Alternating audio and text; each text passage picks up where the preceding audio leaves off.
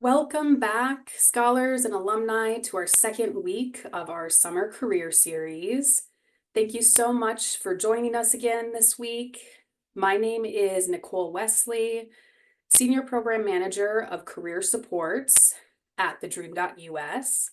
Before we begin, I do have a few housekeeping items to run through quickly. Next slide.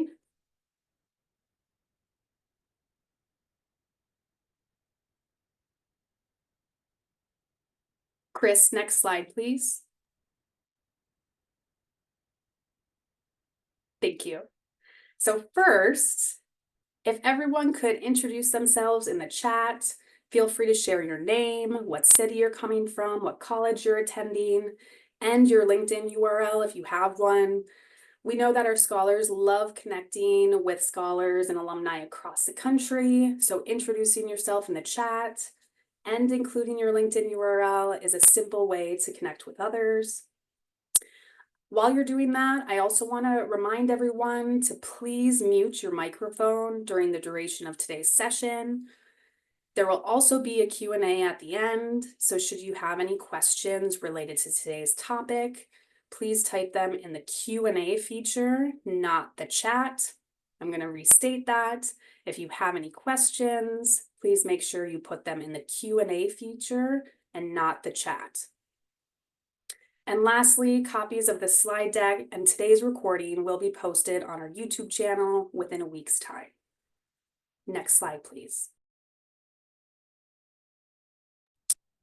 So why a summer career series? We want to help inform our scholars and alumni of your career options and what's possible as an undocumented student.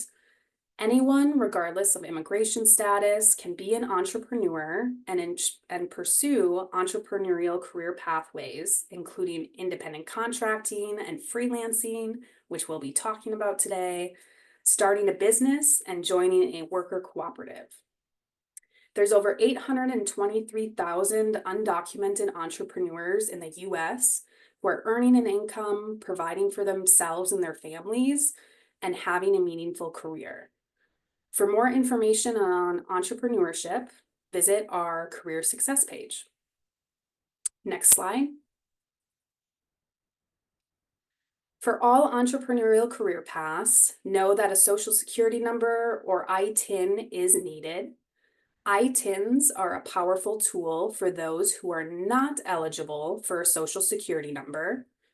An ITIN is an individual taxpayer identification number that is issued by the IRS for individuals to file and pay taxes.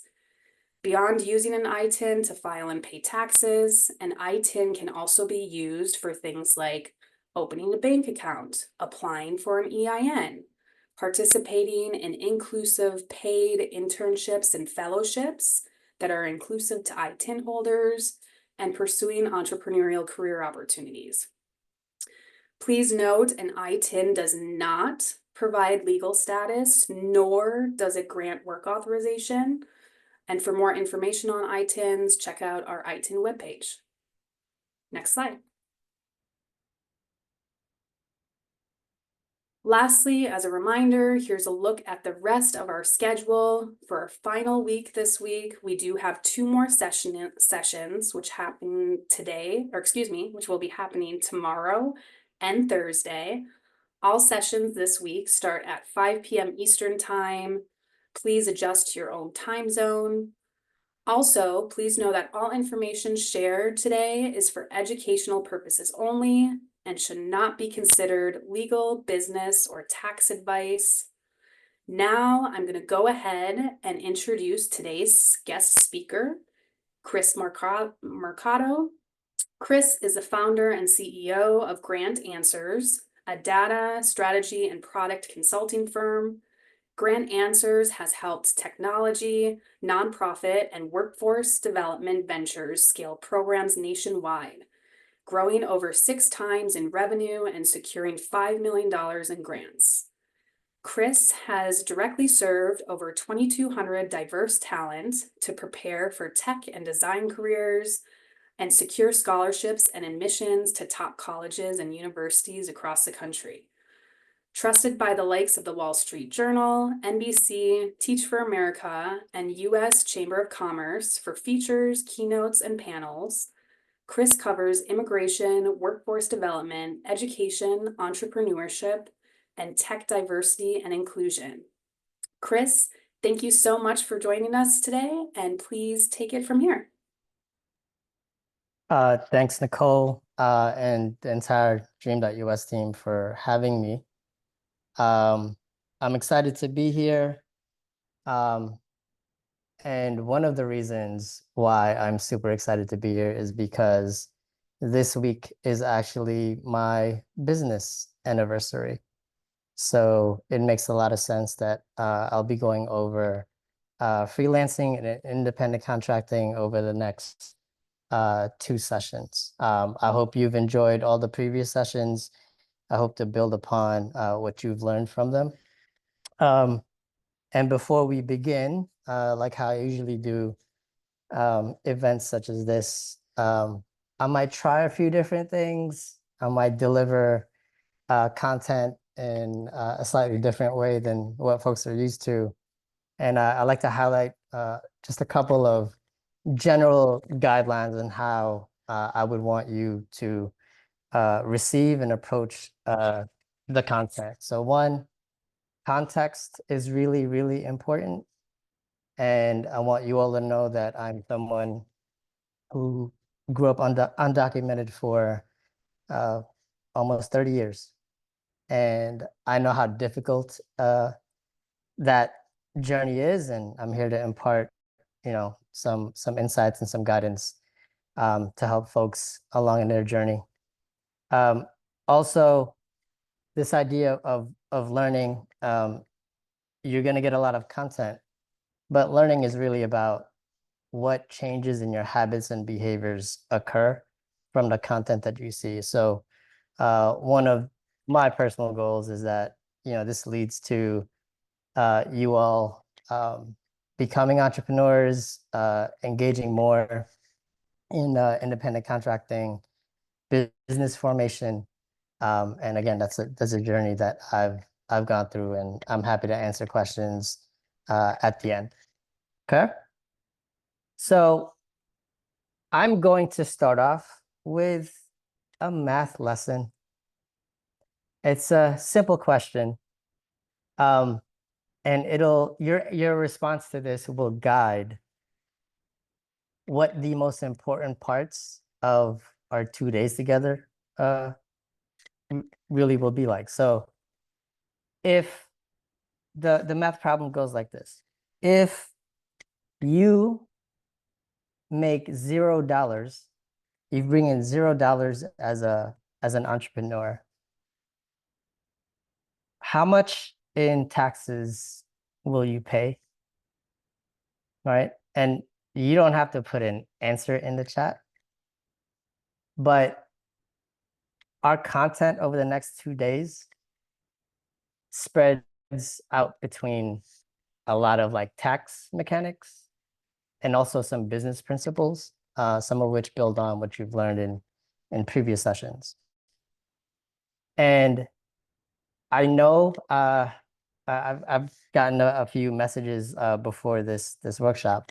We get a lot on the worries about taxes, but I asked that math question to center on what I think would be the most important part of all the content that you'll get, which is getting through the principles of forming a business, forming a venture, so that you generate enough money where taxes actually become a worry.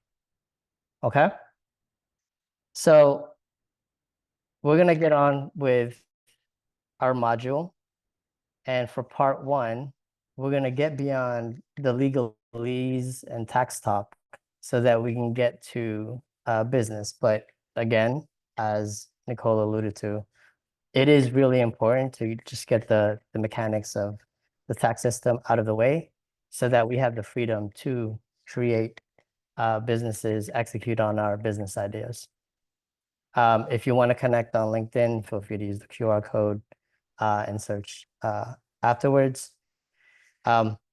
if you want to further connect on like social media where I do follow-ups, feel free to do that at your leisure. And Nicole, thanks again for the generous bio.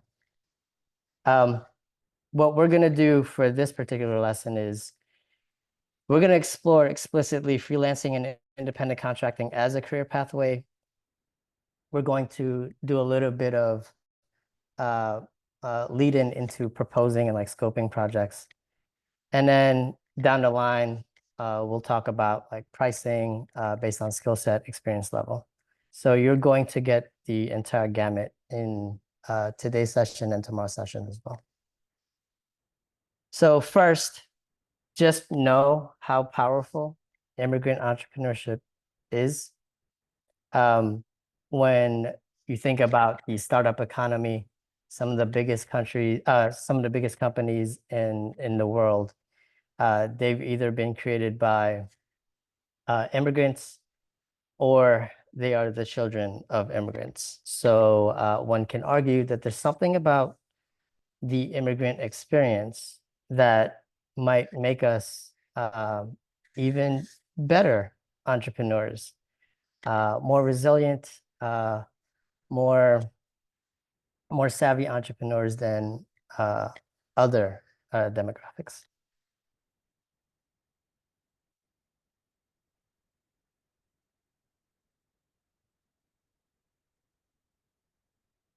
Hold on one second.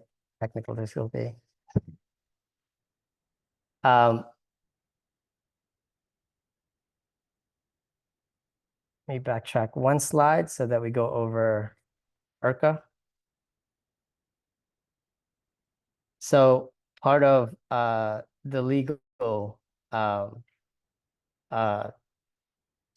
considerations for you all doing independent contracting boils down to the Immigration Reform and Control Act, which is passed back in 1986.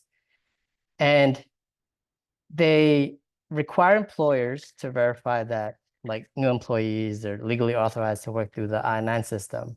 However, it provided an exception so that independent contractors or sporadic domestic workers were not required to obtain an I-9 form. So that gives us, that gives undocumented folks the space who are going to go to independent contracting route to circumvent based on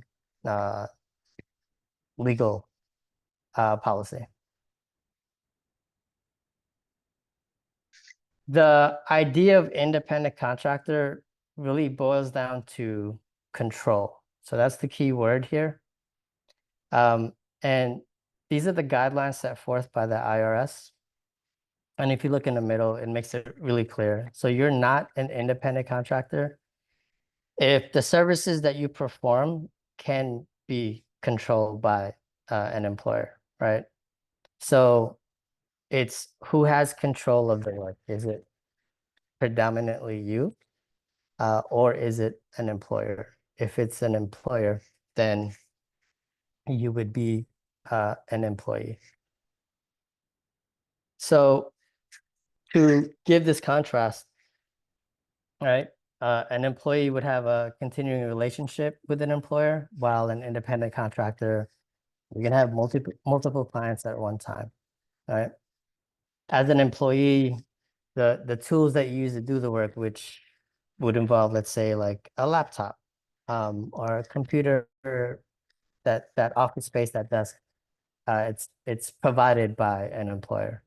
But as an independent contractor, generally you have to provide the tools and equipment to do the work, right?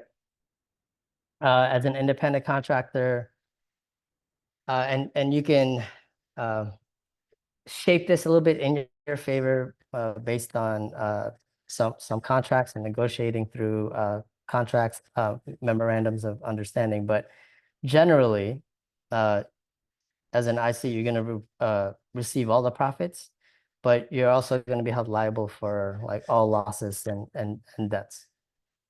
In contrast, if you're an employee, You can quit anytime, generally without incurring any liability.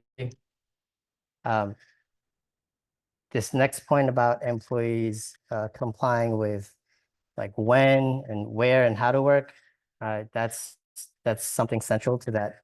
Again, that idea of control. But as an independent contractor, you can set your own hours, your work schedule. So there's that flexibility, which people cite as a bonus about freelancing and independent contracting. As an employee, you also generally get the training, but as an independent contractor, you yourself should come trained or have to upskill or train on your own. Okay. Again, if there's any questions, you can put them in the Q&A queue. We'll transition to the next slide. Okay. So if you wanted to cite the source of the publication, it's iOS publication 15A. And again, what this does is it gets the legalese out of the way, right? So that, again, we have the freedom to create and execute on our businesses. Just know that as an independent contractor, your earnings are going to be subject to a self-employment tax, which is, again, further explained in this IRS publication. Part of the mechanics of taxes really boils down to the forms, and luckily for a couple of these, it's you fill them out once, and we don't have to worry about them again. You just refer back to it, right? So to lay out two of the essential ones to start, you have a W-7 form. So if you don't have a social security number, not eligible to get one, that allows for the ITIN and then the SS4 form, right? If you're going to formalize your business structure, you have the EIN, so the employer identification number. And the goal with either of these forms is simply get the number, right? So that is the goal. That number will be used for other forms, okay? For DACA recipients, regardless of whether or not DACA gets terminated, the last guidance that I know of is that the assigned Social Security number will remain their Social Security number, even if the work authorization is terminated. So we get the W-7, the SS4, just to get the number, and then we have a couple other forms later on. It's the W-9 and then the 1099. Okay, so try to reduce it to just 4 right now that we have to worry about. So if you're not ready to create a formal business yet, right, and you can just fill out your W-7 form to get your ITIN, right? And no one needs to see this form except for you and the IRS. Again, the goal is to get that number, right? So you fill out the form, you get the number. And if you wanted to create your formal business, so like I did, I formed an LLC. So I could have used either a social security number or an ITIN number to put into this SS4 form, right? So that I can get the employer identification number for my business. Okay. For the undocumented folks who didn't qualify for DACA, don't have like work authorization, you still have to apply for an ITIN before you can apply for the EIN if you're forming your business. And that line in particular is line 7B here, right, on this form. Okay. So again, either like we need these numbers to get like to the next form. So the W-9, right, this is where the interaction with clients takes place, right? So now that you have an identifying number, it'll make, paying taxes, or let's say you get a refund, easier, right? So you put the numbers in the places where you're asked on the W-9 form, right? And this form is sent out by entities that want to contract you, right? Either you as an independent contractor or you as a business, right? And where you see in the social security number field over here on the right, you can use your ITIN there. Or if it's, let's say, the Dream.Us contracting my company, Grant Answered, I use the EIN number and I put it here below. Okay. Does that make sense for folks? Did that hopefully simplify things? Right. We boiled it down to like 4 forms. At the moment, we have a couple of indicators of like where to put the particular numbers. All right. So this form, which is the 1099 MISC, so it's abbreviated to MISC, right? This is like non-employee income. All right. So for payments that are $600 and above, the entity that contracted you, right, or your company, they need to file that form, and a copy of it goes to you so that you can file taxes accurately, right? And you keep the copy for your records. So again, in the same example of the Dream.Us, let's say contracting my company, we would each have copies so that when we're both filing taxes, right? Again, assuming it's 600,000 above, we would both have copies. We go to our whoever's going to help us, do our taxes, and ultimately the copies are filed. But because both parties have a copy, it's consistent reporting when it gets to the IRS. Okay. So these are the mechanics. Don't want you to get too lost in them. But again, hopefully this simplifies things into 4 forms, a couple of important places where you put a particular identifying numbers. Again, if you do have questions, please start putting it into the Q&A queue. Okay. All right. So again, going back to the math question, like, why are we always so worried about taxes ahead of trying to make money? Because if you're not making any money, why are you worried so much about taxes, right? So I already see Ikigai in the chat, right? For some of you who have had workshops with me before, you may have seen this diagram. But I think when we think about our community, immigrant community broadly, but also like sub-communities, we always look for like the intersections, because that's where the interesting things are, right? That's where the memorable things are. In the same way, some of our businesses can thrive by having this intersectional framework.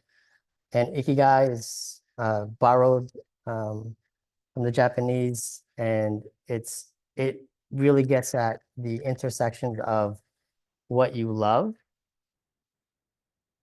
what you're good at. So they're not necessarily the same things, right? And then there's this, bigger purpose, what the world needs, which as an entrepreneur, whether or not you're forming a business or whether or not you're an independent contractor, you're solving a problem, you're solving a client's needs, right? So what the world needs, it could be on a global scale, could be like a social issue, but it also refers to their potential clients, right? And because a lot of us live in places where the rent is high, what you can be paid for.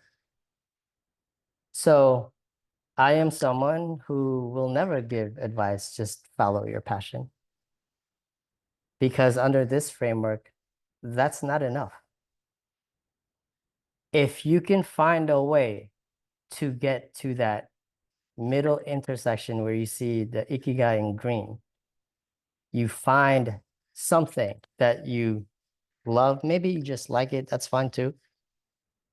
Something that you're good at or like you're getting better at, something that solves a problem or a need, right? For a client or uh, a community or region, and you get paid well, you get paid for it, hopefully pretty well for it, right? Then that's what you should consider.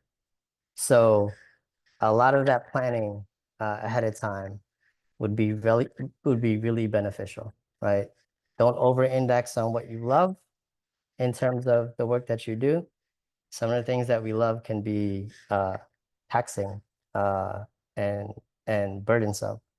And don't over index only on like what you're good at, because you can get better at other things that currently you're not good at, right? And maybe that leads to more economic success, right? The other uh, diagram that I would want you all to focus on is this business model canvas. And I've started to call it a cheat sheet. This is the framework that literally every modern tech company has been built under since like the late 2000s. A lot of the principles still hold, right? And there's 9 boxes here. Just focus on the 5 biggest ones, all right? So if you look at the very bottom, uh, what's the costs of my running a business? On the bottom right, well, how's the money going to come in? And then when I think about partners, partners help get you clients, partners help you save money. That's on the top left. So you can answer those questions for yourself. Like, who do you want to be your key partners, right? But the 2 most important boxes are actually right in the middle, value proposition, and on the right, the larger box that says customer segments. And there are very important questions within those 2 boxes. But these 2 boxes are linked. So value proposition is simply how are you going to fix a need or address a need or fix a problem for a client, right? But then on the client side, like who's that particular client? It could be demographics, it could be related to a location, but you need to understand who those what exactly those customer segments are. And so if you want to refine your business ideas, you focus on these 2 boxes and make sure that you're addressing a need or solving a problem for the particular customers that have that need or that problem, right? And an easy way to gauge whether or not you have this match right is if you offer your services, right? If they're willing to sign up or like put a down payment or like pay you. When you have your business ideas, it's easy to go to our family members, our loved ones, our teachers, right? To get their feedback. But the ultimate feedback comes from, are people willing to pay you? If not, then what they're telling you is that they don't want it, or they don't see it as a fit between who they are and what their needs are, what problems that they have, and what you are offering to either address the need or fix the problem. In the chat, does anyone know? You could type it in the chat. Does anyone know what that formula, what this concept is called? this match between value propositions and customer segments. It's called, well, the acronym is PMF, right? And if you remember, if you've had a workshop with me from before, that stands for product market fit, which is something that you might hear around businesses. But that's what you're aiming for in coming up with your business idea. Okay?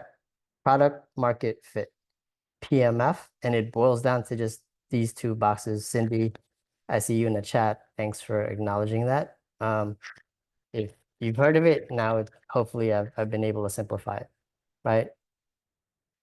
Okay. So think about the business ideas that you've had, right? And again, you have like 60 seconds to do this, just like what comes top of mind. So the two boxes were the customer segment box and the value proposition box in the previous slide, right? So type in the chat, like any responses to these questions, like off the top of your mind, right? If you have a business idea, who do you want to serve, or with, who do you want to pay? Is it high net worth individuals, like super rich folks, because you have an offering that might appeal to them, right? It could be immigrant communities, could be your customer segment. That's fine, right? If you have an idea, what problem are you trying to solve? Like type it in the chat, because this might be good content to rehash when we do Q&A in about 12 minutes, right? And then if any of you already are starting businesses, like you have concerns about like costs, type in what those costs are. Equipment, like Cindy, you typed it in the chat. What kind of equipment? Type it in the chat. Maybe we could address it in Q&A a little bit later, right? And then how are you going to make money, right? Is it just like a direct transaction, like a one-time transaction, or are you thinking subscriptions, right? Are you thinking a marketplace and you take a transaction fee? Like different ways, right? So type your ideas in the chat, but these 4 questions can help guide you, okay? And even after this presentation, like if you want to think more deeply about your ideas, you can use these as guiding questions. Okay. Now that we have that general guidance, let's get to the nuts and bolts of independent contracting and freelancing. So you might hear some of these other related terms. And look, the benefits are pretty clear. You're going to earn extra income. You can test it out, right? It's a smaller scale. You can test out new careers. By engaging in client work, you expand your network, you do a good job, people will refer you to other folks. Great. The flexibility of it that we addressed earlier, you can leverage that to do multiple projects or go into multiple areas. And also, especially during times where like it's hard, like if you cannot be hired as an employee, or simply during a time where like it's hard to find a job where you can be an employee. Well, freelancing and independent contracting gives you that avenue to continue to build your resume while you wait for another bigger opportunity. Okay. So just know that there's so many options available for you regarding industries. And at the time that we have right now, it's a tight labor market. Economic indicators will show like there's an increase in unemployment. I see it in tech where there's not as much hiring. But what is happening is that, companies are taking on independent, like contractors instead of like full-time employees. The benefit to companies is that, well, it's a little cheaper because I don't have to pay a freelancer independent contractor the same type of like benefits that a full-time employee would have. So like during these times, it sounds a little weird, but you might see more contracting opportunities because we are still in this like cost cutting phase for a lot of companies across industries. Did that make sense to everyone? You have questions on that? Let me transition to the next slide. Okay, so how do we find freelancing work? Oh, Natalie, I see in the chat, you put a direct message. On night daycare, right?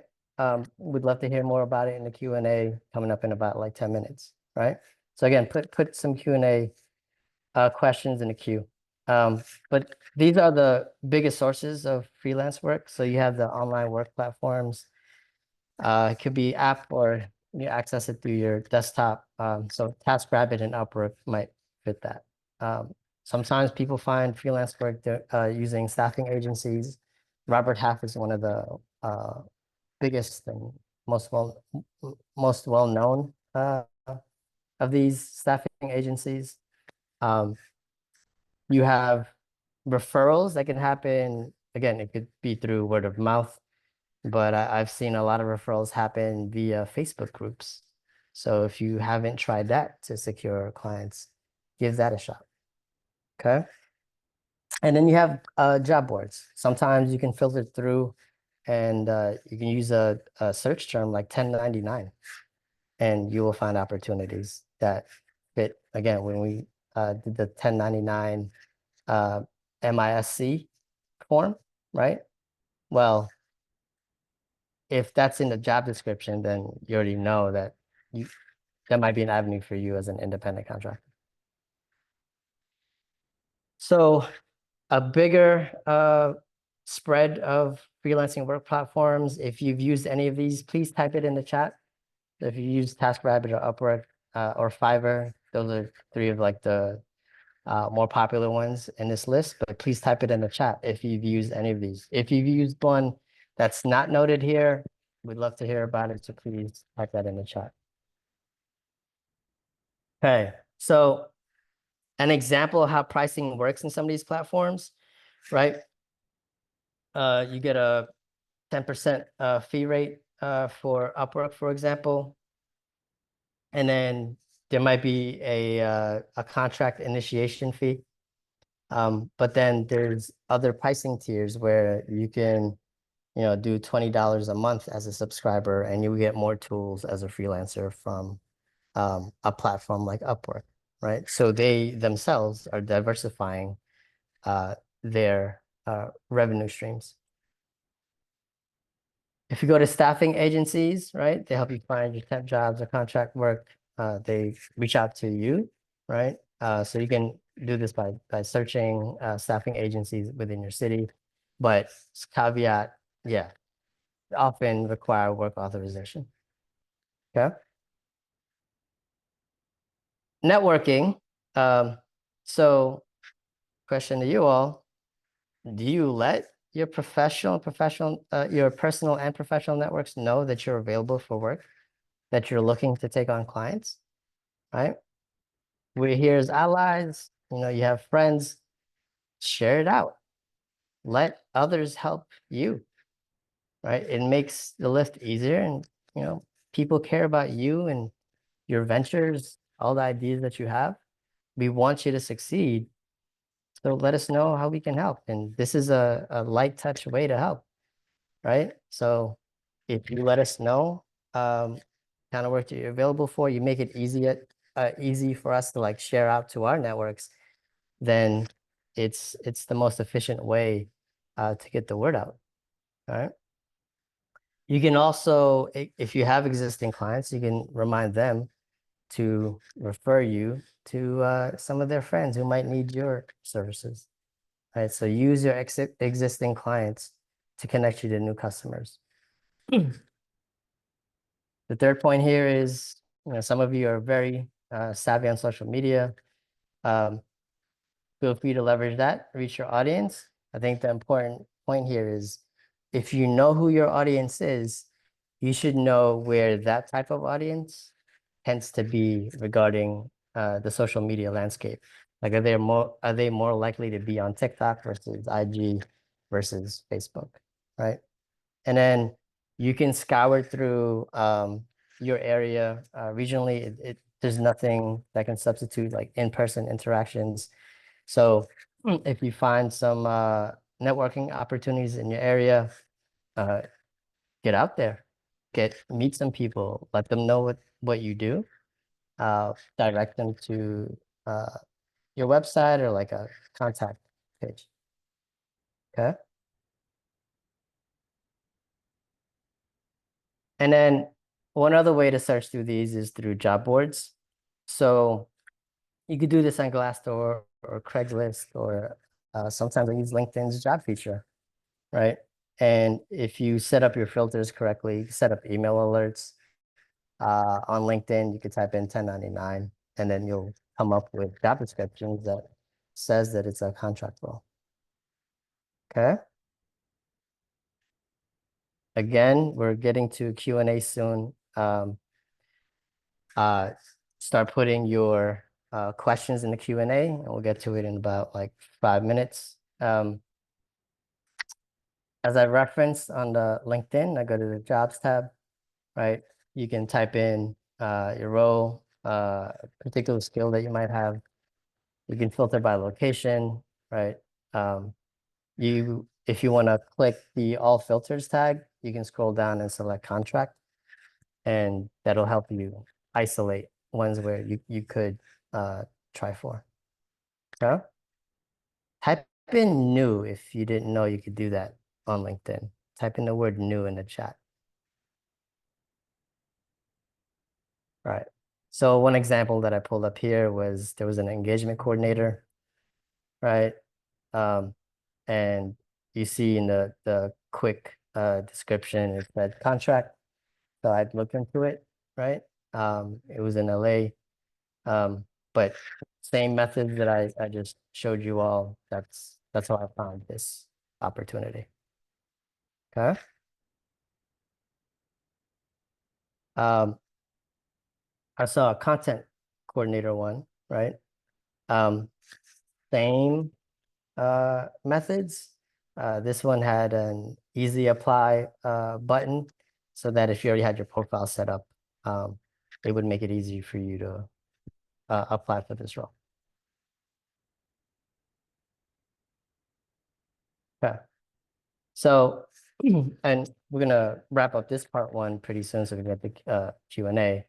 But if you have access to LinkedIn right now, and I encourage you, just again, take 30 to 60 seconds, type in some search terms to try to filter out a potential opportunity for you that would be on a contract basis, right? And you can, if you identify one, you can save it, right, on the LinkedIn profile, and you can look at it on uh, at a later date. For LinkedIn, for folks who aren't as familiar with LinkedIn, I see a couple of messages in the chat. It is the largest professional network uh, in the world. It just happens to be via an online platform, and you are connected to people based on like your connections. So you could be directly connected, or you could be like a second degree connection, like a person I know knows somebody else. So that yields this idea of expanding your social capital. And then, those folks have skills, backgrounds, previous work history that might resonate with you. So for me, it was the most important tool when it comes to advancing our careers, trying to figure out our business ideas and our just general pathways as a professional, right? Um, okay, we're gonna get to Q&A really soon. I just want to boil down these pros and cons when it comes to the avenues that you can find independent contracting and freelancing work. So for online work platforms, you can get lots of gig options and it's relatively quick access. But depending on the platform you use, the fees can be high. And, if these are big popular platforms, that means you have more competition to deal with, right? So keep that in mind. For online job boards, um, lots of job options. You can apply when you want, right? But they generally require applications. They can take longer to get jobs. And yeah, on these job boards, a bulk of them will explicitly require work authorization, but there might be some that don't require it, or you end up doing the contract again if you formed your business, right? And you have the EIN number, then it'd be from business to business. And then the word of mouth and referrals, again, leverage what the immigrant rights community is great at, just building community. So leverage all the ways where uh, we've been taught to organize communities, mobilize communities. You can do that for your business endeavors as well. And then for staffing agencies, there might be some that might be pertinent to you. And then they do a lot of the heavy lifting about searching for opportunities and matching with. Okay. Um, so with that, I get to the Q&A part. I'll leave it here with the pros and cons, but uh, I'm happy to answer any questions that come from the queue, and also Yes. look through the chat in the meanwhile. So Nicole, do you Yes. have, yeah. Thanks so much, Chris, for sharing your advice on and expertise on independent contracting. Chris will also be with us tomorrow as well for part 2 of independent contracting. We do have some questions in the Q&A, so I'm going to go ahead and start. First question. I have an I-10, but no work permit nor social security number. How can I go about starting to earn an income through independent contracting? Um, Go secure the clients using any of these 4 methods, right? They will literally lead you to the forms for you to put your I-10. And those forms, again, you can refer back to the early slides, right? So you've covered the the initial part, right? In the W-7 getting your I-10, so you don't have to worry about that now. So you're gonna look out for like a 1099 MISC form and a W-9, right? And that's gonna be sent to you by whoever's trying to hire you. So though again, that's why I asked the question earlier to open, like, what are we really worried about first? And go get the clients first. They'll direct you to the forms that need to be filled out. You have an item, so that's enough to fill out those forms. Hopefully that sufficed. Yes, thank you. Next question. I see a few questions in the Q&A that are saying they're majoring in nursing. One said they're majoring in a health major, and they want to start independent contracting, but they don't know where to start. Can you give some ideas or advice on how do you start thinking about independent contracting? What should you do? So it goes back to the Ikigai diagram, right? But there's an added caveat here, especially for students. Um, College students think in terms of majors, but employers or potential clients, right? They think in terms of skills. The Dream.Us did not ask what degree I have to do this presentation. If I partner with like Immigrants Rising, as an example, they don't ask me for my degree. So I think as college students, or even if you just recently graduated, you need to divorce yourself from this identity of you as like a particular major. What's more important is what skill sets do you have to that particular client or like towards a problem that you want to solve for a particular customer or client, right? So like I have a criminal justice degree.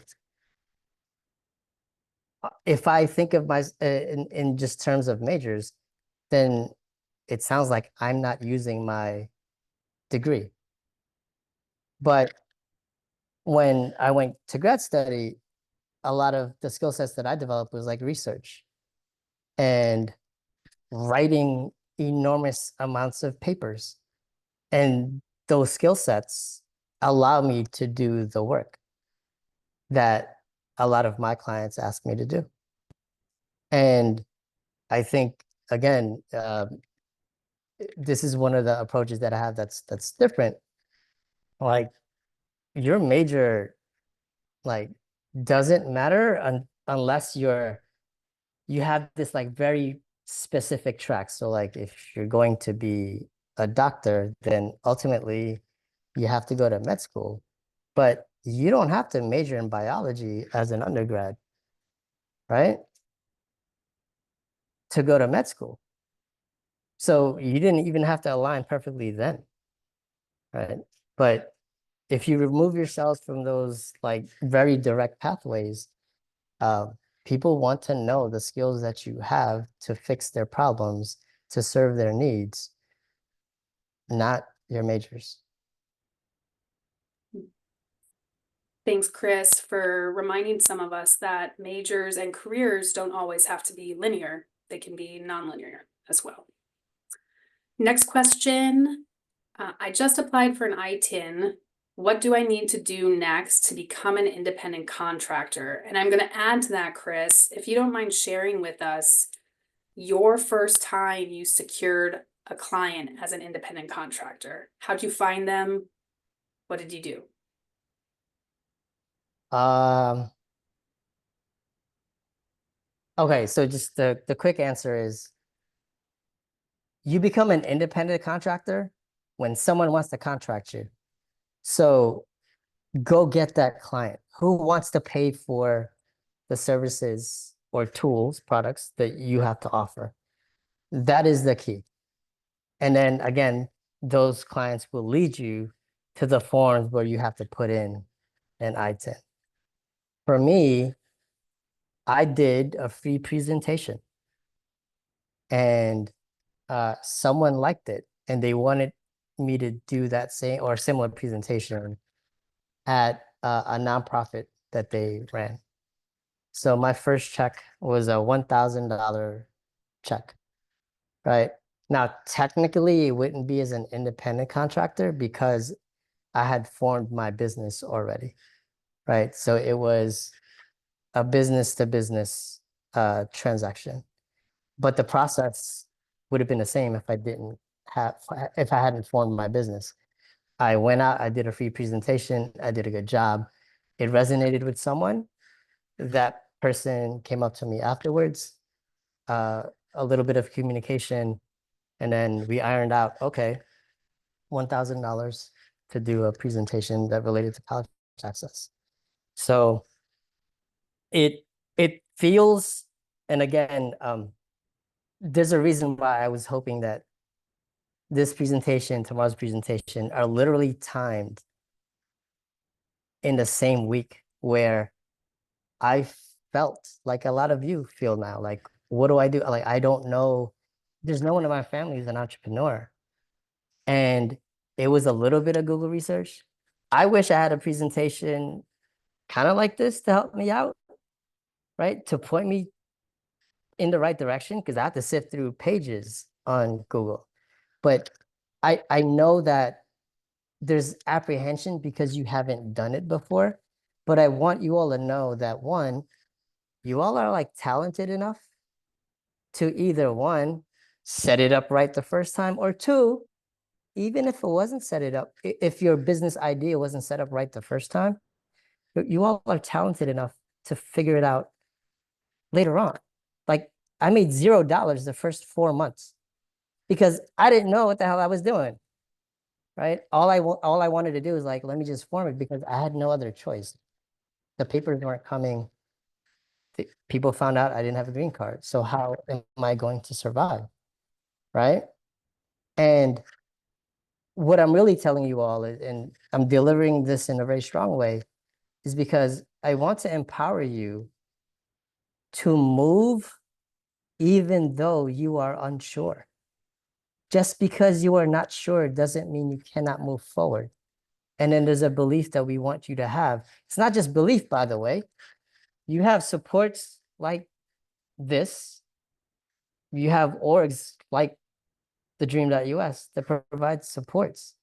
So you have the pieces around you to set you up for success. What we're trying to do here is like reduce the barriers so that you take the move forward even when you feel uncertain. Sorry, that was a long answer to a short question. No, what you said is very insightful. So thank you for sharing. A few more questions, if we can squeeze them in. For sure. I'm majoring in marketing and have questions about social media work, TikTok, or any form of media, really. Would they require a social security number to receive revenue for making content on their platforms as a side hustle? Um, so this is going to be one of the ones where I have to do homework, right? If you are a content creator, I hear a lot of wonderful stories about the payouts at YouTube tend to be the at a higher level than let's say an Instagram or like TikTok. But you know, certain types of content resonate differently across platforms. So I think um, if you're going with that angle, think about where would your audience be first for the content that you're creating. I will get back to you on the forms that they ask regarding like the payouts, because that is not something I've delved into deeply. But I think as I get those answers for tomorrow's session, the first thing you do is figure out the kind of content that you want to create, where you think the audience would be for that, so that you get all the views, you get the shares, and that engagement is ultimately what helps you monetize your presence uh, online, on social media. And that's only one avenue, right? Because you can create a funnel where you can get a lot of followers and views on a social media platform, but then you direct them to um, like a website for something that's like an additional offering.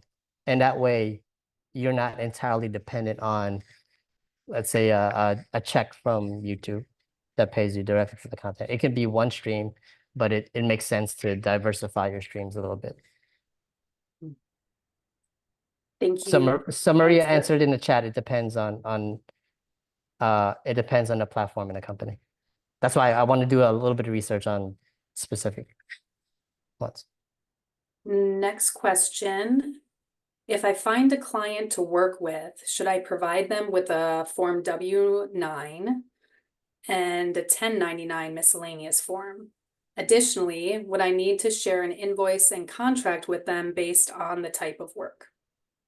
They bring it to you, they bring the two forms to you, and I will be bringing those two forms, the invoice and well, it's more of a scope of work, right? But it could be the basis of a contract. I'll be bringing that to you tomorrow. Yes, and I think that's a great segue to wrap everything up. Sorry for those that we didn't get questions answered. Tomorrow will be part 2 of independent contracting. So if you still have questions or want to listen in, please attend tomorrow at 5 p.m. Eastern, where Chris again will be our guest speaker. Our last session this week is on Thursday, talking about Parker Dewey and how to find paid micro internships through the Parker Dewey platform. Thank you so much, Chris. We look forward to seeing you again tomorrow. And for our attendees, thank you for your participation and attendance. We hope to see you again tomorrow as well. All right. Thank you. Thank you, everyone. Take care.